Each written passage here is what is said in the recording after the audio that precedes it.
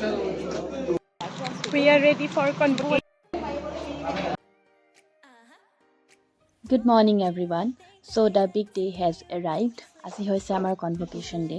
ৰাতিপুৱা সোনকালে উঠি আমি ইজনী সিজনীক ৰেডি কৰোৱাত লাগি গৈছোঁ, যিহেতু চাদৰ মেখেলা পিন্ধিছোঁ। চ' হেল্পৰ প্ৰয়োজন আছে আৰু কেনেকুৱা লাগিছে কমেণ্ট কৰি জনাব দেই। আৰু আমাক থ'বলৈ আহিছিলে আৰ্মিনাৰ পাপা। চ' নাজমিনা, মই, কৃষ্ণাংগী আৰু আৰ্মিনা আমি একেলগে আহিলোঁ ইউনিভাৰ্চিটিলৈকে, আৰু আজিও ছেইম ট্ৰেফিক।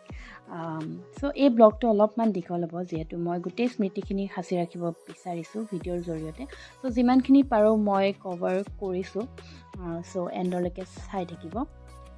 আৰু আমি ইউনিভাৰ্চিটি আহি গেট পালোঁ। চ' আজি 1138 ষ্টুডেণ্টক ইউনিভাৰ্চিটিয়ে ডিগ্ৰী দিব।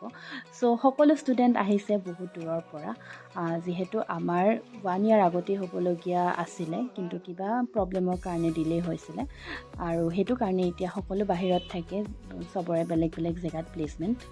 আৰু আমিও বহুত দিনৰ মূৰত গোটেই ফ্ৰেণ্ডছখিনিক লগ পাই মানে কেনেকুৱা ফিল হৈছিলে এইটো মই ভাষাৰে বুজাব নোৱাৰোঁ।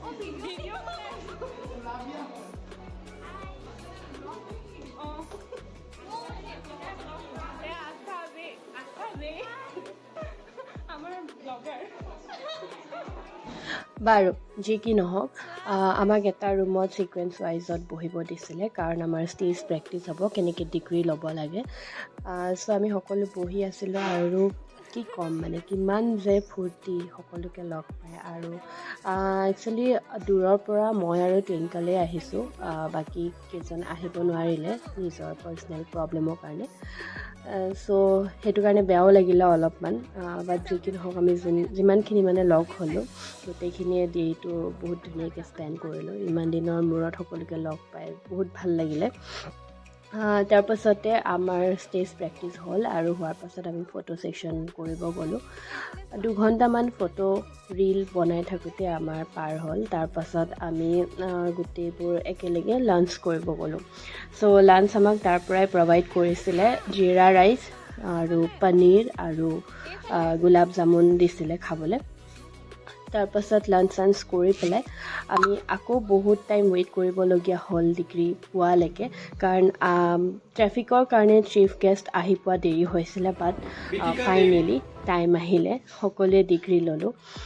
আৰু কি ক'ম মানে এই দিনটো এটা স্পেচিয়েল দিন আমাৰ সকলোৰে কাৰণে। 5 বছৰৰ কষ্টৰ ফল আমি আজি পাইছোঁ সকলোৱে। মা দেউতাৰ কষ্ট, আশা আকাংক্ষা, আমাৰ উচ্চাকাংক্ষা সকলোৰ মানে সকলোৱে আমি এটা ষ্টেপ আজি পাৰ কৰিলোঁ, আৰু জীৱনত বহুত আছে কৰিবলগীয়া।